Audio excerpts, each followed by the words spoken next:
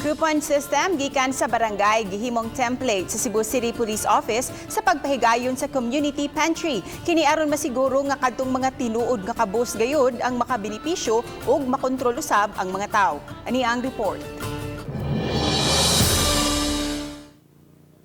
Lahi sa ubang community pantry, wa kayo'y midugok ka mga tawo sa mini market o barangayanihan sa Cebu City Police Office.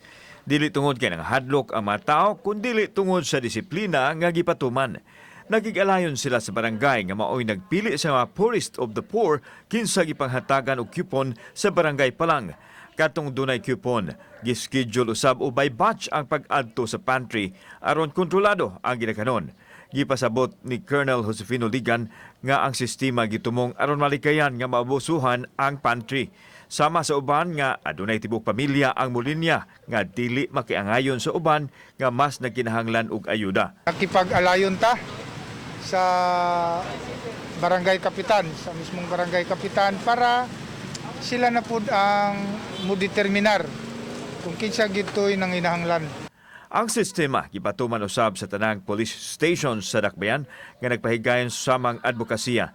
Giyawhag sa opisyal ang ubang pantry organizers sa paghimo og systematic nga pamaagi aron dili malapas ang health protocol.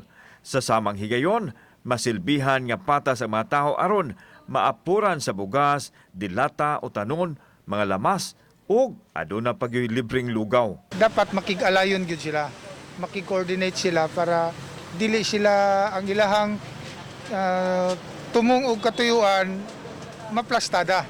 Dili tong maigo na pud hinuon sa mga violations sa health protocols. Lipay ko.